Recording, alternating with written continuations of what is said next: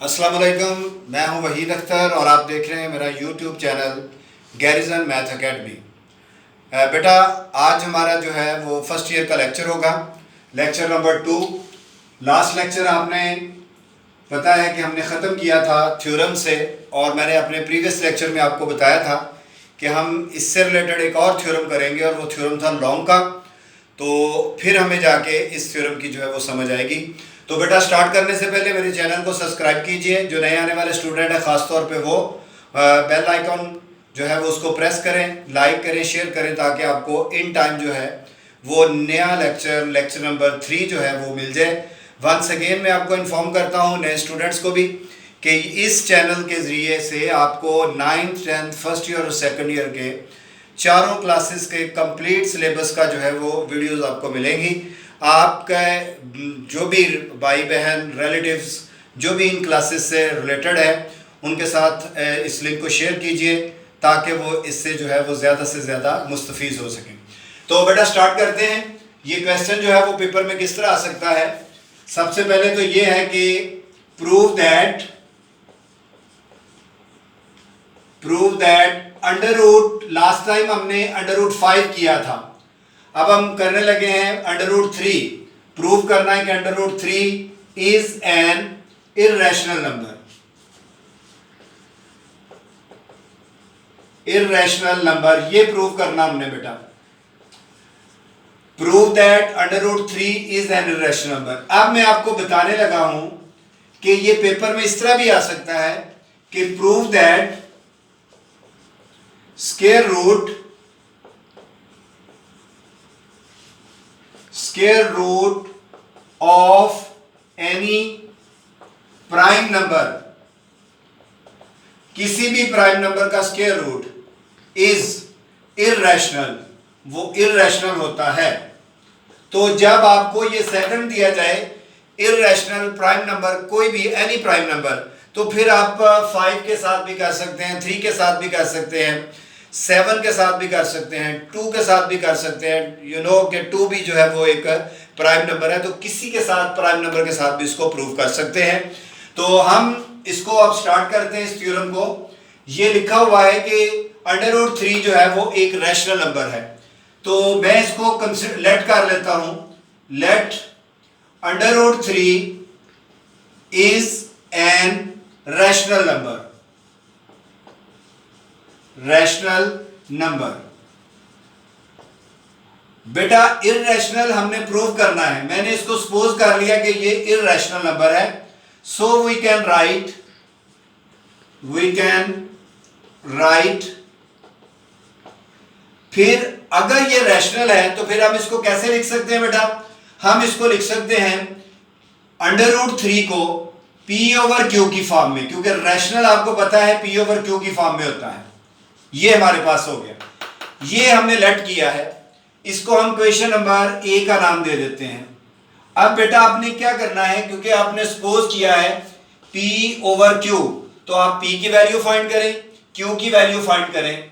ये आपने जहन में रखना है कि इसके अलावा P ओवर Q के अलावा कोई और फॉर्म आ जाएगी तो वो हमारे पास रैशनल नंबर नहीं होगा। रैशनल नंबर इसको हमने कह दिया है कि P ओवर Q ये रैशनल नंबर है। तो अगर इसके अलावा P और Q के अलावा कोई और वैल्यू लिखी गई तो फिर वो रैशनल नहीं होगा, क्योंकि हमें आइडेंटिफिकेशन मिल गई है कि ये चीज जो है वो रैशनल है। तो सॉल्व करते हैं इसको। इसका अंडर रूट खत्म करने के लिए स्केलिंग ऑन बोथ साइड कर लें। स्केलिंग ऑन बोथ साइड, ये बेटा होगा पी स्क्वायर, इसका square divided by Q square is equal to under root 3, खत्म हो जाएगा स्क्वायर लेने से। ये क्यू स्क्वायर उधर जाके डिवाइड हो जाएगा, P square is equal to 3q square.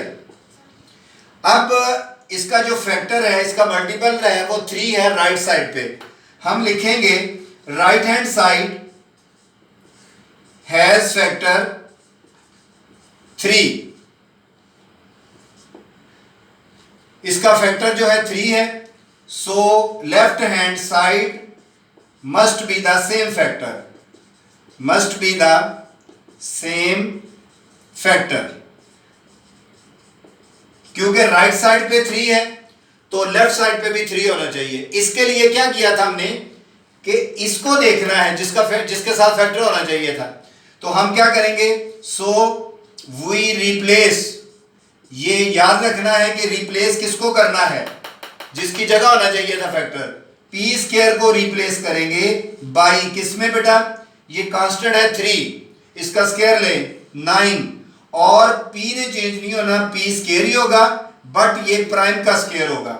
यानी अब आप पी स्क्वायर की जगह पे 9p प्राइम स्क्वायर लिखेंगे। पी ने पी रहना बट प्राइम कर दिया हमने इसको, और ये 9 कहां से आया, जो ये वैल्यू होगी इसका अपने कोफिशिएंट का स्क्वायर लेना है। अब इसको मैं रिप्लेस करने लगा हूं, देखें ये पी स्क्वायर की जगह पे ये 9p प्राइम का स्क्वायर लिख दिया इक्वल टू ये 3q का स्क्वायर। अब बेटा 3 1 जार 3, 3 3 जार 9, इसका मतलब है ये होगा 3 prime square is equal to Q square. अब आप देखें तो ये प्राइम जो है उसके साथ कोफिशिएंट 3 आ गया। अब यहां पर मैं लिखने लगा हूं इसको, left hand side has factor, left hand side factor कितना है बेटा, 3 फैक्टर है। So right hand side must be the same factor, so right hand side must be the same factor, right side पर भी सेम फैक्टर होना चाहिए। वो कैसे आएगा, सो वी रिप्लेस, हम रिप्लेस करेंगे, फिर देख लें किसको, ये बेटा आप इससे पहले हमने प्रीवियस लेक्चर में पढ़ा था, वो 5 वाला सेम प्रोसीजर आप अडॉप्ट कर रहे हैं। कैसे रिप्लेस, किसको रिप्लेस करेंगे, जिसके साथ फैक्टर होना चाहिए था, यानी रिप्लेस करेंगे क्यू स्क्वायर को बाई किस में करेंगे बेटा, इसका कोफिशिएंट क्या है 3, उसका स्क्वायर, और क्यू ने चेंज नहीं होना, बस वो क्यू प्राइम बन जाएगा क्यू प्राइम स्क्वायर में। तो अब इसको मैं रिप्लेस करने लगा हूं, यहां पर देखें 3p प्राइम स्क्वायर ऐसे ही, और क्यू स्क्वायर की जगह पे अब क्या आ जाएगा 9q प्राइम स्क्वायर। यहां तक क्लियर। अब बेटा 3 1 जार 3, 3 3 जार 9, तो ये p prime square is equal to 3q prime square. अगर हम इसके 3 के फैक्टर पर ही नजर रखेंगे तो पहले ये इस लेफ्ट साइड पे था, अब राइट साइड पे आ गया है। अगर हम फिर इसको सॉल्व करेंगे तो फिर ये लेफ्ट पे आ जाएगा, फिर उधर से राइट पे चलेगा, तो ये सिलसिला तो फिर जो है वो रुकेगा नहीं, इन्फिनिटी तक जाएगा। लेकिन हमने इधर इसको स्टॉप कर देना है। लेकिन अगर इसको इधर ही स्टॉप करना था तो बेटा हमने इसको इधर ही क्यों नहीं स्टॉप किया, क्या रीजन थी कि आप इधर स्टॉप करने लगे हैं, इसकी रीजन सुन लें। इधर हम इसलिए नहीं स्टॉप कर सकते थे कि इधर देखें हमने इसको रिप्लेस करके p प्राइम बना दिया है, तो इधर q की वैल्यू एक्चुअल है, इसमें देखें तो ये भी प्राइम है ये भी प्राइम है। अब दोनों वैल्यू चेंज हो चुकी हैं, तो हमें इसकी इक्वालिटी को बरकरार रखने के लिए 3 की अब कोई जरूरत नहीं है, इसलिए हम अब इसको इधर स्टॉप कर देंगे। इधर एक तरफ प्राइम था इसलिए हमने अभी इसको प्रोसीड किया, तो जब दोनों तरफ प्राइम आ गया तो फिर हमें इसकी फैक्टर की कोई जरूरत नहीं पड़ी। क्लियर। अब हम इसको नंबरिंग करते हैं, क्योंकि एक्चुअल तो हमारा यही है ना कि हमने p और q की वैल्यू फाइंड करनी है। तो p की वैल्यू और q की वैल्यू हमने कैसे करनी है, इसको मैं कहता हूं क्वेश्चन नंबर 1, और ये वाली है बेटा क्वेश्चन नंबर 2, और इसको कहता हूं question number 3। Clear ji.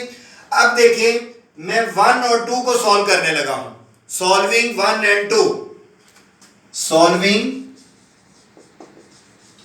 1 and 2, ये 1 है और ये 2 है, इसको मैं सॉल्व करने लगा हूं बेटा 1 और 2 को। चलिए ये वाला पोर्शन जो है मैं रिमूव कर देता हूं ताकि हम अपना प्रोसीजर जो है वो इधर लिख सकें। ये वाली वैल्यू वैसे इधर मैं लिखने लगा हूं 1 और 2 को, सॉल्विंग 1 एंड 2, सॉल्विंग 1 एंड 2। देखें जरा 1 और 2 को कैसे सॉल्व करना है। देखिए ये p स्क्वायर है, इधर p प्राइम है, इनका कोफिशिएंट इक्वल करने की जरूरत नहीं है। इसमें देखिए q स्क्वायर है, इधर भी q स्क्वायर है, तो इसका कोफिशिएंट इक्वल कर लें। तो कैसे इक्वल होगा, अगर हम दूसरी इक्वेशन को 3 के साथ मल्टीप्लाई कर देंगे, इसको क्यों नहीं किया? क्योंकि ये P था, ये P प्राइम था, ये दोनों ही Q Q हैं, इसलिए हम इसको देखेंगे और इसके लिए लिखेंगे इक्वेशन नंबर 2 को मल्टीप्लाई करेंगे बेटा किसके साथ? 3 के साथ। तो first equation as it is P square is equal to 3Q square, और सेकंड जो इसको 3 से मल्टीप्लाई करेंगे बोथ साइड, ये बनेगा 9P prime square is equal to ये होगा 3Q स्क्वायर। इनको सब्ट्रैक्ट कर दें, ये माइनस, ये भी माइनस, ये कैंसिल हो जाएगा, यहां से P स्क्वायर होगा और माइनस का 9P prime square is equal to 0। तो बेटा P स्क्वायर इधर रहने दें, माइनस का 9 उधर जाके पॉजिटिव का 9P प्राइम, और स्क्वायर खत्म कर दें हम, तो ये होगा 9P प्राइम का स्क्वायर, खत्म करने से अंडर रूट। तो यहां से देखें बेटा तो P की वैल्यू क्या आएगी? P की वैल्यू आएगी 9 का अंडर रूट क्या होता है? 3, और स्क्वायर और अंडर रूट काट देंगे तो ये P प्राइम आ जाएगा। ये हमारे पास P की वैल्यू आ चुकी है, क्योंकि हमें P और Q की वैल्यू चाहिए थी। तो हमने फर्स्ट और सेकंड इक्वेशन को सॉल्व करके P की वैल्यू जो है वो फाइंड कर ली है। अब क्या करेंगे? अब मैं करूंगा सेकंड और थर्ड को सॉल्व करके Q की वैल्यू फाइंड करूंगा। इसको मैं रिमूव करने लगा हूं। अब मैं लिखूंगा सॉल्विंग 2 and 3, बिल्कुल उसी तरह ही कोफिशिएंट इक्वल करके हम इनको सॉल्व करेंगे। यहां लिखते हैं सॉल्विंग 2 and 3, सॉल्विंग 2 and 3। तो देखें बेटा ये P प्राइम है, इसमें भी P प्राइम है, ये भी P प्राइम है हमारे पास। तो इसका मतलब ये हुआ कि इनके कोफिशिएंट इक्वल कर लें, तो फिर इधर 3 नहीं है, तो मैं इक्वेशन नंबर 3 को 3 से मल्टीप्लाई करूंगा। ये हमारे पास है equation number 2 as it is 3P prime square equal to Q square, और जब मैं इसको करूंगा multiply both side P prime square equal to इधर मल्टीप्लाई करूंगा तो ये आ जाएगा 9Q प्राइम स्क्वायर, और सब्ट्रैक्ट करने से ये कैंसर, इधर 0 बचेगा। ये बेटा Q स्क्वायर हम काट नहीं सकते, इसको सब्ट्रैक्ट नहीं कर सकते क्योंकि ये दो डिफरेंट वैल्यू हैं, minus 9Q prime square. Clear यहां तक? अब क्या करेंगे? माइनस का 9 जो है उसको इधर ले आएंगे, तो ये बनेगा 9Q prime square is equal to Q square. तो बेटा Q की वैल्यू ले लें, स्क्वायर खत्म करेंगे, इधर आ जाएगा Q प्राइम स्क्वायर का अंडर रूट। अब देखिए अगर ये होगा Q, 9 का अंडर रूट क्या होता है? 3, अंडर रूट स्क्वायर काट जाएगा तो ये क्या आ गया? Q। तो यहां से बेटा हमने Q की वैल्यू भी कैलकुलेट कर ली, P और Q की वैल्यू आ चुकी है हमारे पास। अब क्या करेंगे? देखें जरा, अब मैं P और Q की वैल्यू को जो कि हमारे पास, ये देखें जरा, P की वैल्यू हम लिखते हैं इसको putting the value of P and Q in equation number A, इसमें पुट करने लगा हूं। तो P की वैल्यू क्या आई है बेटा? वो इधर लिखी थी जो हमने, यही थी आई P की value. P is equal to आया था 3P प्राइम, ये थी वैल्यू उसकी, P की ये वैल्यू। तो हम इसकी जगह पे लिखेंगे 3P prime divided by Q की वैल्यू क्या आई है? ये आई है Q की वैल्यू 3Q प्राइम, ये स्क्वायर एंड रूट कट गया था तो इसको लिख दिया 3Q prime is equal to under root 3। अब देखें 3 से कैंसिल हो जाएगा, तो ये हमारे पास आ गया P प्राइम और Q prime is equal to under root 3। बेटा नोट कर लें, थ्योरम के स्टार्ट में मैंने बताया था कि this form is called a rational form. इसके अलावा अगर कोई भी चेंज आई तो वो रैशनल नहीं होगी। तो आप गौर करें, P और Q is equal to under root 3 जो है, इसमें देखें तो P और Q नहीं है बल्कि ये P प्राइम है और Q प्राइम है। तो इसका मतलब है कि ये चेंज हो चुकी है। तो ये जो बात हमने सपोज की थी वो रॉन्ग प्रूव हो चुकी है, क्योंकि ये और ये दोनों डिफरेंट आ गई हैं। तो यहां पर लिखेंगे आवर सपोजिशन, हमारी जो सपोजिशन थी इज रॉन्ग, वो रॉन्ग है। ये थी हमारी सपोजिशन, क्या, रैशनल की, वो रॉन्ग है। तो फिर क्या होगा, हेंस हम कह सकते हैं कि अगर ये रॉन्ग है तो ट्रू क्या होगा, इर्रेशनल। तो hence √3 is an irrational number. यही बेटा हमने प्रूव करना था। आप अगर प्रीवियस लेक्चर को देखें तो उसमें हमने 5 के साथ भी बिल्कुल इसी तरह इसको सॉल्व किया था। जी बेटा, अब हम कुछ properties of real number discuss करते हैं। और कंसेप्ट वाइज ये बहुत एक मैथ का, बीइंग इंजीनियरिंग स्टूडेंट, आपको इन चीज़ों का पता होना चाहिए। प्रॉपर्टीज़ ऑफ रियल नंबर में सबसे पहले हम एडिशन लॉज जो है वो उसको डिस्कस करते हैं। तो पहला लॉ जो है वो बेटा है क्लोजर लॉ ऑफ एडिशन। सबसे पहले ये मैं कुछ मैथमेटिकल नोटेशंस हैं, सिंबल्स हैं, इनके बारे में बताऊं कि ये जो उल्टा ए लिखा हुआ है ना, इसका मतलब होता है फॉर ऑल, इसको पढ़ते हैं फॉर ऑल। और ये जिसको आप समझ लें उल्टा ई लिखा हुआ है, इसको बोलते हैं बिलोंग टू, बिलोंग टू। और ये बेटा रियल नंबर का साइन है। तो closure law of addition actually होता क्या है, देखें। फॉर ऑल ए बी का मतलब है कि ये कोई दो नंबर जो हैं वो बिलोंग कर रहे हैं रियल नंबर से, और अगर उनको ऐड करने से भी रियल नंबर ही आए तो हमारा लॉ ऑफ एडिशन जो है वो सेटिस्फाई हो जाएगा। बात समझ आ गई। देखें, अगर ए और बी दो नंबर हैं, उनको ऐड करें तो आंसर में अनदर रियल नंबर आ जाए तो हम कहेंगे कि ये लॉ जो है, क्लोजर लॉ ऑफ एडिशन जो है वो वैलिड है फॉर रियल नंबर ए और बी के लिए। फिर दूसरा है इसकी प्रॉपर्टी जो है एसोसिएटिव लॉ ऑफ एडिशन। हम एसोसिएटिव लॉ ऑफ एडिशन के अलावा इसके बाद एसोसिएटिव लॉ ऑफ मल्टीप्लिकेशन भी पढ़ेंगे। एसोसिएटिव लॉ ऑफ एडिशन जो है वो क्या है, एसोसिएटिव लॉ ऑफ एडिशन जो है ये अब देखते हैं कि क्या। देखें जी, इसमें भी A B C 3 real number हैं, और रियल नंबर में फर्स्ट रियल नंबर को हमने ब्रैकेट से बाहर लिखा और जो रिमेनिंग 2 रियल नंबर थे उनको ब्रैकेट के अंदर लिखा। और ये बिल्कुल इक्वल होगा कि हम नंबर चेंज कर देते हैं कि ये बी और सी ब्रैकेट के अंदर था, इनमें से कोई एक नंबर ब्रैकेट से बाहर कर देते हैं, तो दोनों के आंसर पे कोई फर्क नहीं पड़ता। इसकी मैं आपको एग्जांपल देता हूं। फर्ज करें यहां पर है 1 और इधर लिख लेते हैं 2 + 3, तो इज इक्वल टू।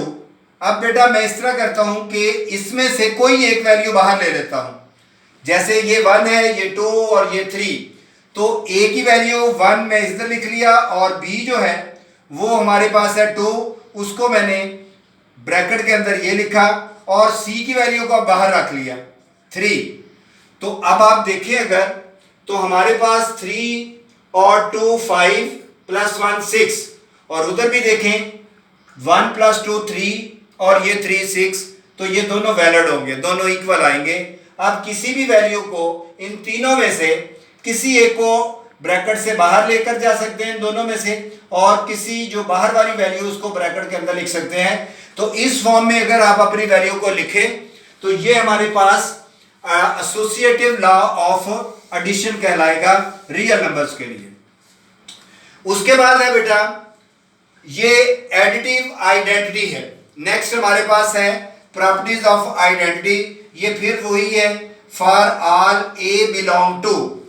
ये जो अब उल्टा सा ई लिखा हुआ है हमने, इसको देखें कि मैथमेटिकली जो है ये जाहिर करता है देयर एग्जिस्ट। इसका मतलब होता है देयर एग्जिस्ट, इसका मतलब ये है। ये बेटा आपको ऑब्जेक्टिव वाइज पता होना चाहिए। ये ऑब्जेक्टिव में पॉइंट आ सकते हैं कि इनको रीड जो है वो कैसे किया जाता है। तो ये ए बिलोंग टू रियल नंबर और देयर एग्जिस्ट 0 जो है वो बिलोंग टू रियल नंबर है, इसका मतलब 0 जो है वो रियल नंबर है। तो फिर ये प्रॉपर्टी क्या बनेगी, प्रॉपर्टी ये बनेगी एडिटिव आइडेंटिटी, कि किसी भी रियल नंबर में जब आप 0 ऐड कर दें या 0 में कोई नंबर जो कि वो भी रियल नंबर है वो ऐड कर दें तो हमारे पास आंसर भी रियल नंबर आता है, यानी उस नंबर पे कोई फर्क नहीं पड़ता। आपको पता है 3 + 0 करें तो 3 आंसर आता है, या 0 में 3 करें तो भी आंसर 3 ही आता है। इसका मतलब है कि ये 0 एक ऐसी वैल्यू थी जिसने इसका आंसर चेंज नहीं होने दिया, लेकिन ये सिर्फ किस में वैलिड है, एडिटिव आइडेंटिटी में ही। 0 जो है a + 0 या 0 + a। तो यहां पर याद रखना आपने कि 0 जो है इसकी कहलाएगा हमारे पास एडिटिव एलिमेंट कहलाएगा। ये क्या कहलाएगा, एडिटिव एलिमेंट। 0 को हम एडिटिव एलिमेंट से ज़ाहिर करेंगे क्योंकि इसके ऐड करने से या इसमें कुछ ऐड करने से कोई फर्क नहीं पड़ रहा। तो ये दूसरी प्रॉपर्टी हमारे पास है एडिटिव आइडेंटिटी की। नेक्स्ट आ जाए additive inverse property. Additive inverse में बेटा ये होता है कि आपकी वैल्यू, आपका रियल नंबर जो है वो सेम होता है बट साइन अपोजिट होता है। एडिटिव इनवर्स में वैल्यू आपकी सेम होती है, साइन अपोजिट होता है, क्योंकि उसका अगर सम करेंगे तो वो 0 के इक्वल आना चाहिए। फिर देखें जरा, for all a belong to real there exist -a also belong to real such that, तो क्या होगा देखें, ये हमारे पास वैल्यू दोनों की सेम है बट जब हम एडिटिव इनवर्स लेते हैं तो साइन चेंज हो जाता है। इन दोनों का सम जो है वो किसके इक्वल है, 0 के। या फिर क्या करेंगे, -a में a ऐड कर देंगे तो उसका भी आंसर 0 आ जाएगा। सपोज मैं आपको एक नंबर देता हूं 3 और कहता हूं कि इसका एडिटिव इनवर्स बताएं, तो आपको पता है कि एडिटिव इनवर्स में 3 ने तो चेंज नहीं होना, हाँ इसके साथ प्लस था तो ये माइनस हो जाएगा। तो 3 का एडिटिव इनवर्स क्या होगा, -3। चलिए एक और मुझे बताएं जरा, आपसे क्वेश्चन है कि -b का एडिटिव इनवर्स बताएं। जी बेटा, -b का एडिटिव इनवर्स, तो ये मुझे कमेंट्स में बताइएगा -b का एडिटिव इनवर्स जो है वो क्या होगा। जी नेक्स्ट देखें, commutative law of addition. Commutative law of for addition जो है ये क्या चीज है, इसमें भी बेटा आपके पास a b और इससे भी ज्यादा हो सकती हैं, ये बिलोंग टू रियल नंबर है। तो एडिटिव में क्या करेंगे हम, कम्यूटेटिव लॉ में, कि वैल्यू की अगर ऑर्डर चेंज कर दिया जाए वैल्यू का तो उस पर कोई फर्क नहीं पड़ता। मसलन देखिए 3 + 2 या 2 + 3 दोनों ही आंसर इक्वल होंगे। तो वैल्यू में अगर ऑर्डर चेंज करने से कोई फर्क ना पड़े तो वो कहलाता है commutative law for addition. But ये याद रखना है कि फॉर एडिशन है, आपको पता है कि अगर माइनस में हम ऑर्डर चेंज कर दें तो उसमें फर्क पड़ जाता है। कैसे, आपको पता है 3 - 2 तो 1 होता है, बट 2 - 3 जो है वो 1 नहीं होगा, -1 होगा। इसलिए ये जो लॉ है वो है कम्यूटेटिव लॉ फॉर एडिशन। जी बेटा, अब हम मल्टीप्लिकेशन लॉज पढ़ेंगे। एडिशन के साथ हमने मल्टीप्लिकेशन को अटैच इस तरह से करना है कि मल्टीप्लिकेटिव लॉ जो है उसमें क्लोजर लॉ ऑफ पहले एडिशन था, तो अब हम इसको मल्टीप्लिकेशन में कन्वर्ट करेंगे। वो क्या होगा बेटा, उसमें सब कुछ यही है बट ये हमारे पास a + b belong to real number, तो इसमें अब a × b belong to real number आ जाएगा क्योंकि ये मल्टीप्लाई है। अच्छा, इसकी मैं मिसाल आपको देता हूँ। देखो बेटा, आपके पास अगर एक सेट है 1 and 1 या ओनली सिंगल है 1 हमारे पास 1 and 1, तो मैं पहले ना एडिशन लॉ के बारे में बताता हूँ। एडिशन लॉ के बारे में, मल्टीप्लिकेशन में हमारे पास तो एडिशन में ये है कि अगर इन दोनों को ऐड कर लें 1 + 1 तो ये क्या आ जाएगा बेटा 2। तो 2 तो इसमें बिलोंग नहीं ना करता। इसका मतलब ये हुआ कि ये हमारे पास closure law with respect to addition नहीं है। लेकिन अगर हम मल्टीप्लिकेशन के मुताबिक देखें, मल्टीप्लिकेटिव लॉ के मुताबिक देखें, तो वो क्या होगा कि इन दोनों को मल्टीप्लाई कर दें, 1 को 1 से मल्टीप्लाई कर दें, 1 आ जाएगा। या यही एलिमेंट ले लें, इसको इसी से ही मल्टीप्लाई कर दें, तब भी वही आएगा। या ये वाला एलिमेंट ले लें, इसको भी इसी से मल्टीप्लाई कर दें, फिर भी वही आएगा। तो ये सारे के सारे इसमें बिलोंग कर रहे हैं। इसका मतलब है कि ये सेट जो है वो हमारे पास क्लोजर लॉ ऑफ मल्टीप्लिकेशन को वैलिड कर रहा है। बात समझ आ गई? तो इसी तरह ही हमने इसको एडिशन से मल्टीप्लिकेशन में कन्वर्ट करना है। अब ये क्या है? एसोसिएटिव लॉ ऑफ एडिशन है। इसको बेटा मैं एडिशन तो आपने पहले किया है, अब मैं एडिशन लॉ ऑफ मल्टीप्लिकेशन जो है, क्योंकि हमारा टॉपिक मल्टीप्लिकेशन का है अब, तो एडिशन लॉ ऑफ मल्टीप्लिकेशन करूंगा तो हमारे पास प्रॉपर्टीज में मल्टीप्लिकेशन आ जाएगी। कैसे? ये देखें कि आपके पास कोई 3 नंबर हैं, उनमें से पहला नंबर जो है उसको आप मल्टीप्लाई करें। पहले आप ब्रैकेट के अंदर ये 2 वैल्यू रख लें, a multiply by B C, और या आप क्या कर लेंगे कि a के साथ c को मल्टीप्लाई कर दें, और बेटा यहां पर b को बाद में लिख लें, कोई फर्क नहीं पड़ेगा। यानी दूसरे लफ्जों में जो वैल्यू ब्रैकेट के अंदर थी, राइट साइड पे वो ब्रैकेट से बाहर जाने पर ना प्लस में कोई फर्क पड़ेगा ना माइनस में कोई फर्क पड़ेगा। ये हमारे पास है एसोसिएटिव लॉ। ये मैं आपको इसलिए बता रहा हूं बेटा कि चैप्टर नंबर 1 में बहुत स्ट्रॉन्ग जो है हमारे पास स्ट्रॉन्ग ऑब्जेक्टिव जो है उसका पॉइंट आता है, स्ट्रॉन्ग ऑब्जेक्टिव। इसलिए आपने इसकी तरफ जो है वो तवज्जो देनी है। अब देखें हमारे पास, हाँ जी, नेक्स्ट है बेटा मल्टीप्लिकेटिव आइडेंटिटी। एडिटिव आइडेंटिटी में आपको पता है 0 यूज करते थे कि there exist 0 belong to real number, वो था एडिटिव आइडेंटिटी में।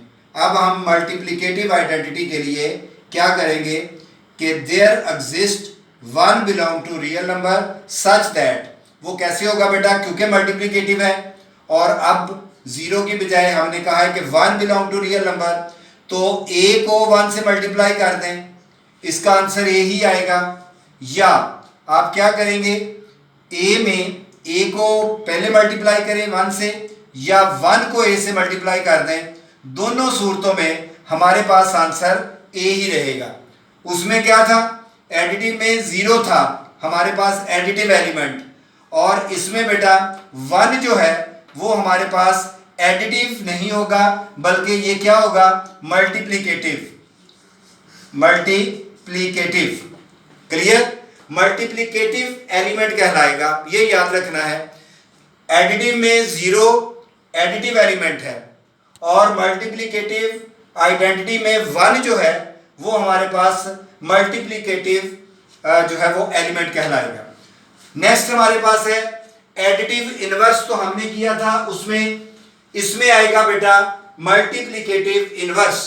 एडिटिव एडिशन में था, इसमें मल्टीप्लिकेटिव आएगा हमारे पास मल्टीप्लिकेटिव इनवर्स। तो मल्टीप्लिकेटिव देखें हमारे पास जो था एडिटिव, इससे पहले जो था उसमें हमने क्या कहा था कि वैल्यू सेम होगी, साइन अपोजिट होंगे। बट इसमें बेटा हम कहेंगे कि वैल्यू जो है वो आपकी सेम होगी, बट वो एक दूसरे का रेसिप्रोकल होंगे। वो एक दूसरे का क्या होंगे? रेसिप्रोकल होंगे। वैल्यू सेम होगी बट एक दूसरे का रेसिप्रोकल। यानी आप ये कह सकते हैं कि, और मल्टीप्लिकेटिव इनवर्स में आपके पास दोनों को मल्टीप्लाई करके आंसर 1 आना चाहिए। ये देखें वैल्यू सेम है बट दोनों एक दूसरे का क्या होंगे बेटा? रेसिप्रोकल। इसको मल्टीप्लाई करें तब भी 1 आएगा, या आप 1/a को a से मल्टीप्लाई कर देंगे तो भी हमारे पास 1 आएगा। तो ये कहलाएगा हमारे पास मल्टीप्लिकेटिव इनवर्स। चलिए अब आपसे मैं अगर पूछूं 6 इसका मल्टीप्लिकेटिव इनवर्स बताएं, तो बेटा मल्टीप्लिकेटिव इनवर्स में आपने साइन नहीं चेंज करना, आपने उसका रेसिप्रोकल ले लेना है। ये मल्टीप्लिकेटिव इनवर्स होगा। अगेन 6 का मल्टीप्लिकेटिव इनवर्स है 1/6। फिर मैं बता देता हूं 6 का एडिटिव इनवर्स क्या था, -6, बट 6 का मल्टीप्लिकेटिव इनवर्स क्या है, 1/6 जी। तो आपके लिए ये है, आप मुझे बताएंगे -10 का मल्टीप्लिकेटिव इनवर्स क्या है। तो जी बताइए, कमेंट्स में जरूर लिखिएगा -10 का मल्टीप्लिकेटिव इनवर्स जो है वो क्या होता है। लास्ट बेटा हमारे पास जो है ये कम्यूटेटिव प्रॉपर्टी लॉ जो है एडिशन का था, अब हम इसको मल्टीप्लिकेशन से करेंगे। ये अब मल्टीप्लिकेटिव होगा, फॉर मल्टीप्लिकेटिव एडिशन की बजाय मल्टीप्लिकेटिव लॉ बन गया ये।